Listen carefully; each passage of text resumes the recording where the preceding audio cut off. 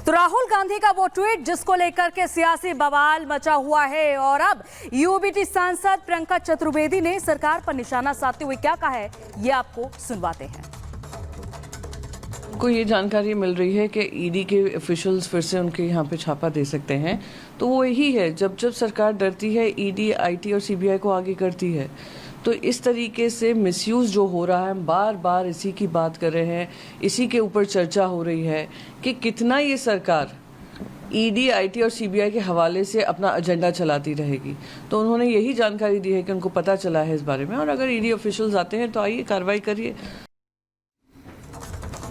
चलिए आगे बढ़ते हैं। इधर देखिए, बात अब इजराइल की कर लेते हैं। इजराइल ने अपने सबसे बड़े दुश्मन और हमास के चीफ को मार दिया है। इजराइल ने आपको बता दें कि 1995 से दूर यानी किलोमीटर दूर तेहरान में इसका खात्मा किया है। और मोसाद ने कैसे ऑपरेशन हानिया को अंजाम दिया है और ये डिकोड हो गया है। और देखिए ऑपरेशन हानिया के इस रिपोर्ट में, और देखिए कि किस तरीके से इस ऑपरेशन को अंजाम दिया गया और कैसे इजराइल ने हानिया का खात्मा किया है।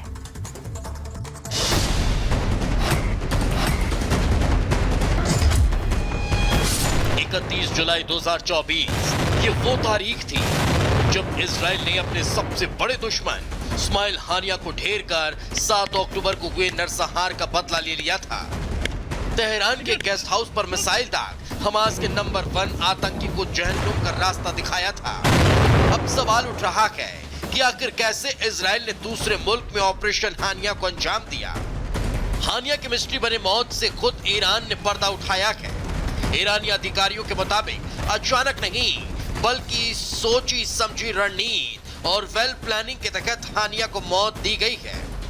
इजराइल की खुफिया एजेंसी मोसाद ने करीब 2 महीने पहले प्लानिंग की, इस्माइल हानिया का पूरा शेड्यूल फॉलो किया, पता लगाया कि वो कहां ज्यादा रुकता है, जिस गेस्ट हाउस में उसे ठहरना था उसकी रैकी की। मोसाद के एजेंट वहां मेहमान बनकर गए, बहुत की प्लानिंग के साथ बम प्लांट किया।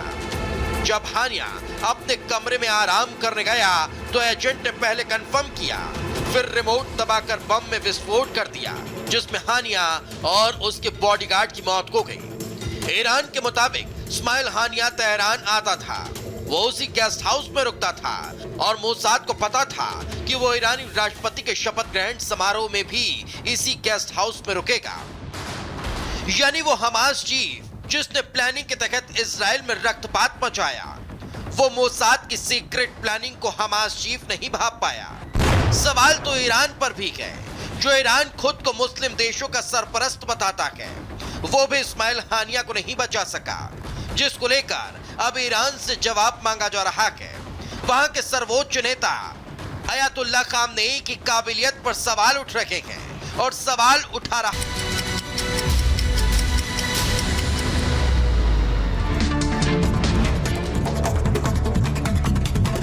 हिमाचल के शिमला में भूस्खलन से भारी तबाही, कई कारें क्षतिग्रस्त हो गई, लोगों को करना पड़ रहा है भारी परेशानियों का सामना। जम्मू कश्मीर के उधमपुर में भूस्खलन की वजह से राष्ट्रीय राजमार्ग बंद, राहगीरों को करना पड़ रहा है परेशानियों का सामना। जयपुर में दिल्ली जैसा हादसा हुआ है, बेसमेंट में बारिश का पानी भरने से 3 युवकों की मौत हो गई, लगातार बारिश से ये हाल हुआ है। वायनाड में तबाही के बाद बढ़ा मौत का आंकड़ा, मरने वालों की संख्या बढ़कर हुई 297, 240 लोग अभी भी लापता। उत्तराखंड में बादल फटने के बाद चला रेस्क्यू अभियान, 2500 से ज्यादा तीर्थयात्रियों को सुरक्षित स्थान पर पहुंचाया गया। एमपी के भोपाल में भारी बारिश की वजह से भदभदा बांध के खोले गए गेट, अलर्ट मोड पर प्रशासन।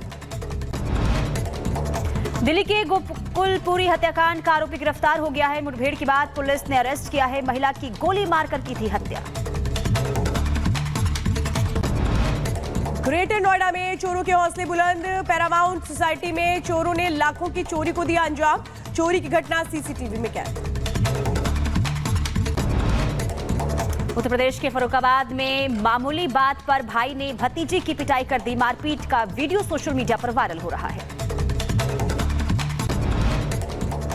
यूपी के बुलंदशहर में पिस्टल से फायरिंग करते हुए वीडियो वायरल, पुलिस पिस्टल चला रहे युवकों की तलाश में जुटी। उत्तर प्रदेश के संभल में ज्वेलरी खरीदने के बहाने महिलाओं ने 20 लाख के जेवर चुरा लिए। सीसीटीवी कैमरे में पकड़ी गई चोरी। यूपी के संभल में 14 साल के बच्चे के अपहरण से मचा हड़कंप। 1.5 लाख की फिरौती लेकर बच्चे को छोड़ा गया। उत्तर प्रदेश के मैनपुर में पुलिस के बदमाशों के साथ मुठभेड़ हो गई। एनकाउंटर में बदमाश के पैर में गोली लगी है। यूपी के मऊ में आरटीओ कार्यालय पर अपर जिलाधिकारी और अपर पुलिस अधीक्षक ने मारा छापा। 4 संदिग्ध युवकों को हिरासत में लिया गया। बिहार के सीतामढ़ी में लूट का खुलासा करने वाले पुलिसकर्मियों को इनाम दिया जाएगा। डीएसपी ने प्रेस कॉन्फ्रेंस करके इसकी जानकारी। यूपी के महाराजगंज में 2 चीनी नागरिकों समेत 3 गिरफ्तार। एसएसबी जवानों ने किया गिरफ्तार। कब्जे से फर्जी आधार कार्ड बरामद। यूपी के संभल में एडीओ, पंचायत और कंप्यूटर ऑपरेटर रिश्वत लेते गिरफ्तार किए गए हैं। वेतन निकालने के नाम पर ले रहे थे 10,000 की रिश्वत। यूपी के अंबेडकर नगर में बलात्कार के आरोपी को पुलिस ने किया गिरफ्तार। गोरखपुर में छिपकर रह रहा था आरोपी।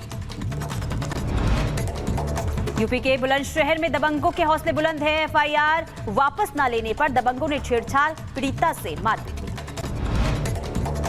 पुणे में मासूम लड़की के साथ हुआ दर्दनाक हादसा। लोहे का गेट गिरने से हुई मौत। पिंपरी चिंचवाड़ के बोप खेल इलाके की घटना। उत्तराखंड के हरिद्वार में कांवड़ियों की बाइक की आमने सामने भिड़ंत हो गई। दोनों बाइक में आग लग गई। यूपी के झांसी में नेशनल हाईवे पर टमाटर से भरे ट्रक में आग लग गई। फायर ब्रिगेड ने कड़ी मशक्कत के बाद आग पर पाया काबू।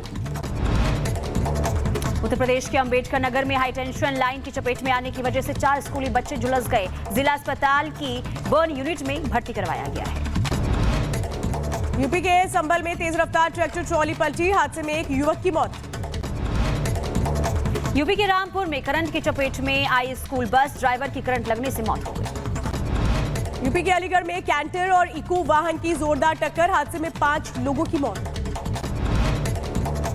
इधर यूपी के बदायूं में बस और ट्रैक्टर ट्रॉली में जोरदार भिड़ंत हो गई। बस में सवार 4 लोग गंभीर रूप से घायल हो गए।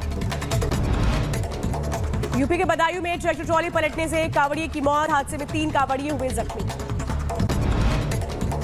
यूपी के बहराइच में ट्रैक्टर ट्रॉली और बाइक की भिड़ंत हो गई। हादसे में महिला समेत 2 लोगों की मौत हो गई।